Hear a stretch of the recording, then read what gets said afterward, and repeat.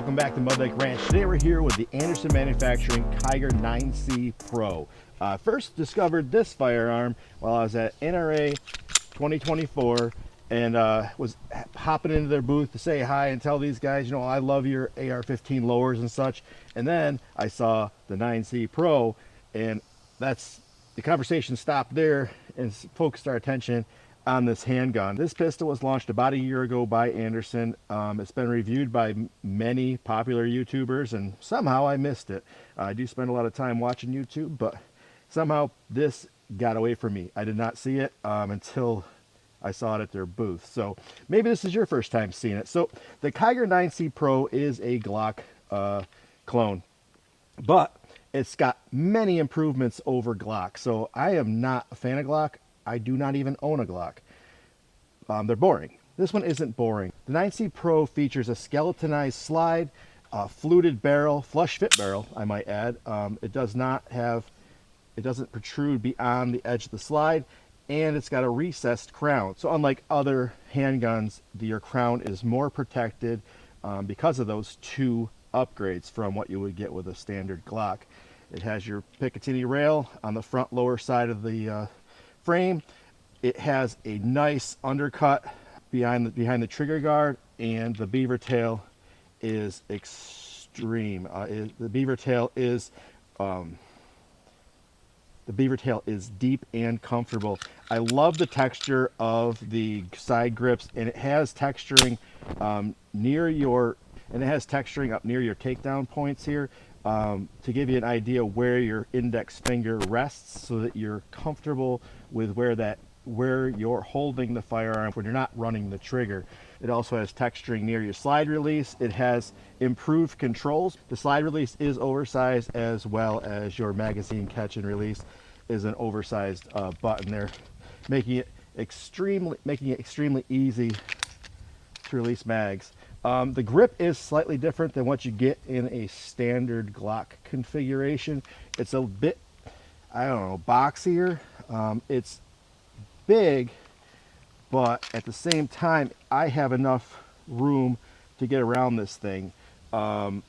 It fits my hand well, and I love running this gun. So out of the box, the first day I fired it, I set up at this exact range, hopped out of the truck, loaded up 10, and knocked down all my steel, and they're 5-inch, they're about the size of your hand, 5-inch steel knockdown targets, and I hit all of them straight out of the box without ever having run the gun before.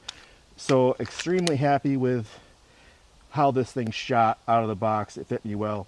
Your sights on this gun are suppressor height sights, nothing special, but it does have an RMR cut already in it, which is not like many Glocks, but for the price, this comes in at far below, I'm not going to quote price because things change, but it comes in far below a standard Glock new out of the box. So the fact that it is a Glock clone makes it easy to get parts. So you got interchangeable barrels, interchangeable triggers, and interchangeable like mag releases and things like that. All the basic components.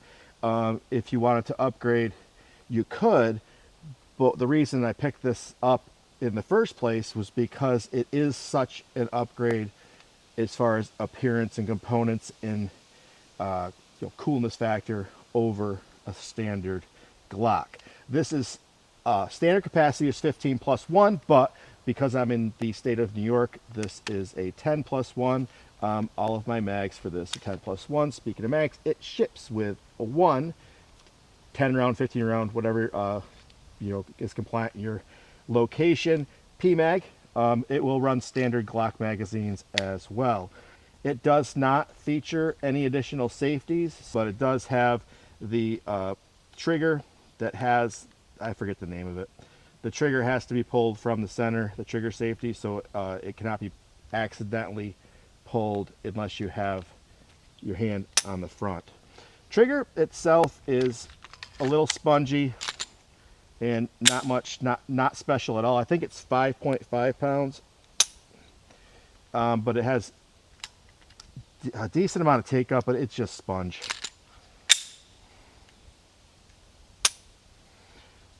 But I can get over that, and it's upgradable. My current everyday carry gun is a SIG P365. In my opinion, on a grab, this is larger, which is better fit for my hands. It is a little boxier, longer in the front, bigger all around, but I think it's lighter. I'm not 100% sure on that. I will look it up. I looked it up before the video and I found 5 different weights on this gun, so I can't give you the exact weight, because if I quoted the first one, the second weight was off by 2+ ounces, so I don't know where the actual weight is. The website's completely different too. That said like 3.2, and I know it's not pounds, and I assume it's not ounces, because this thing should be around 20-ish ounces, 22 ounces. So I don't know. One other interesting feature of this gun, it does have up on the front here, if you're a person that likes to ride your fingers up on the front of the trigger guard, it does have texturing there and a little protrusion or catch to let you know that you're on it and you aren't going to come off of it when you get muzzle ride. We're going to run a few rounds through this thing right now and give you a close-up, couple close-up looks. One thing, I've only ran 50, about a box of round shells through this, a box of 9. And for all you liberals out there, 50 rounds is not a lot. I know they were freaking out on the view about someone being able to purchase 50 rounds. That's the number of bullets in a box of 9mm. If you didn't know that, now you do. Don't say something stupid to sound like you're, being prophetic or something.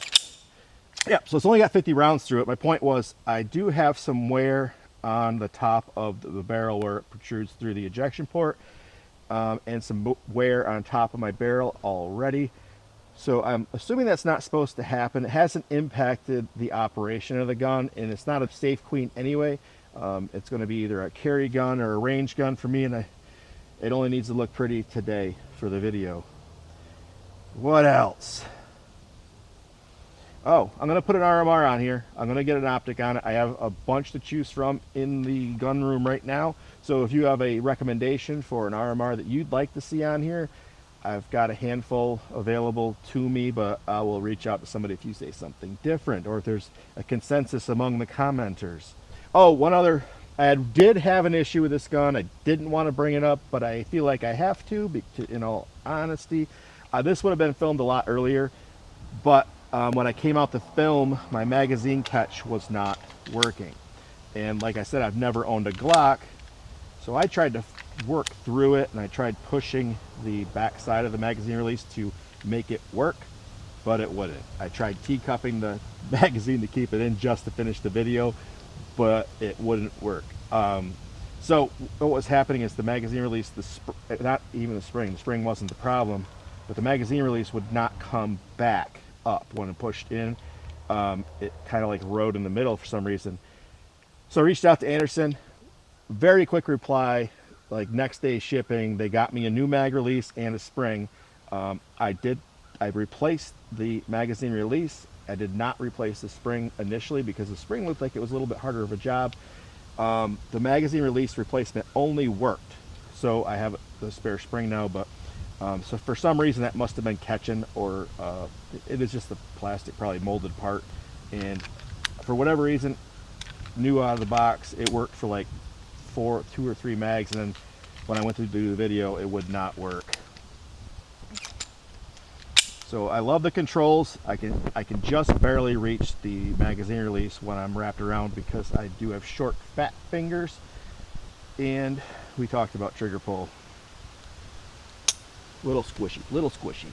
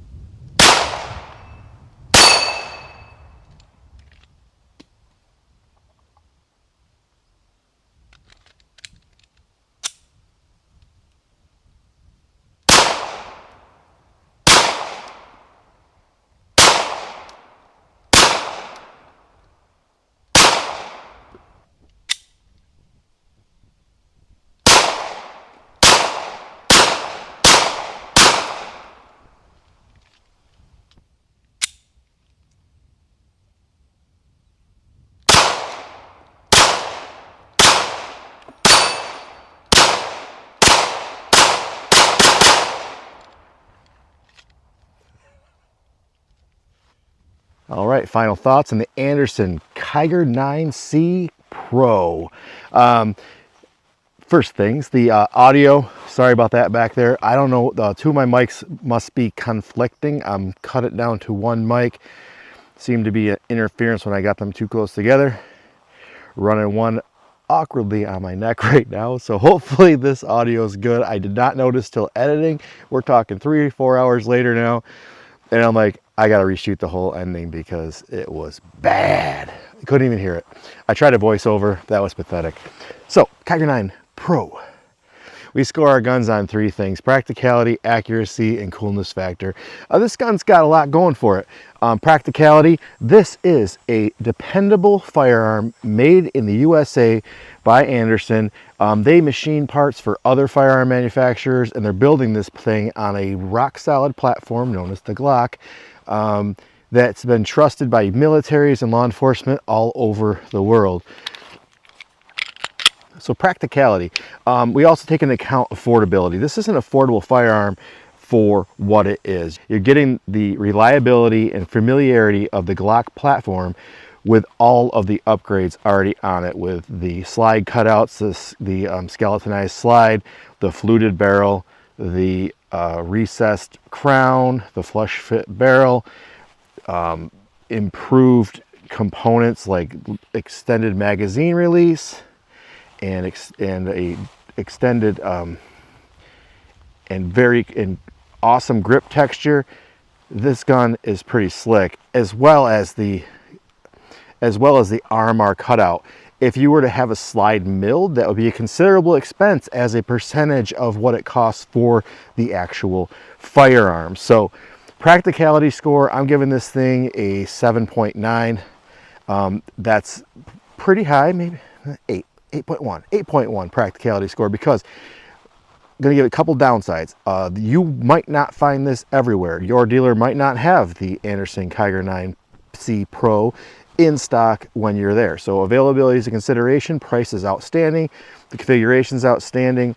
The upgrades to this are outstanding. They also offer lesser models if you don't want the cutouts and things like that. So availability, it might not be available everywhere. Also, the skeletonized slide actually can pick up dirt, dust, lint, etc., and be an issue. If you're someone like me who likes to clean guns, that's a place where stuff can get in, unlike a closed slide system. So practicality's out of the way. Accuracy, I absolutely suck today. I couldn't hit for crap. I did okay. First time I got this gun out, I was knocking down everything. I was dead nuts. First 10 shots out of this thing, I hit steel every time. Not today. Today I was a little off, but not bad. And I'm going to say accuracy is average. It's good. But I'm not going to run a tournament or a competition with this gun yet. Maybe you have. If you have, comment below. If you know somebody has, comment below. But at a man-sized target, this thing is effective at doing what it's supposed to do, which is hit a target. At a reasonable distance, combat or a life-saving distance, this hits the target where it needs to. So still going to stay average because it's not lights out accurate. It's good. It's very good. And probably only as good as the shooter. So we'll go to 6. We'll give it a 6. And finally, coolness factor. This gun is cool tech. I mean, with its awesome cutouts, its fluted barrel, and the grip texturing is fantastic. It's got a sloppy trigger, but it's a nice looking trigger. It is plastic on the outside, it's metal in the middle. I love the detail to the trigger guard. I love the pick rail. Obviously, I've already talked about RMR. That's fantastic. I love the aggressive deep beaver tail. I love the undercut below the trigger. It fits my hand well. I love that it runs Glock mags, which we've already talked about. So, yeah, it has the capacity necessary. In this state, they offer the 10 rounders, which is another good point for the practicality. And 15+1 is nothing to sneeze at or joke about. 15+1 is fantastic. It should be the standard capacity if your state allows it, and your state should not be infringing on your right to carry 15+1, because who knows how many people are going to be coming at you when the shit hits the fan. Coolness factor. I'm gonna go 7.1. Don't be mad at me. I love, we already talked about the slide. Awesome. The slide is cool. The flutes are cool. The grip's cool. The design of this gun is awesome. This is a gun that you're going to want to show people, and they're going to be like, wow, that's awesome. The wear here, I'll cover that with a Sharpie. Who gives a crap? But I'm not sure if that's supposed to be like that. I'll contact Anderson and see what they have to say. But you can customize this any way you want with Glock parts. So there's a lot of stuff on the market, but this one comes already ready.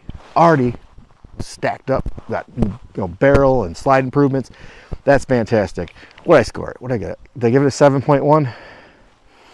7.1 it is. If you found this video useful, helpful, or interesting, please hit that thumbs up and subscribe.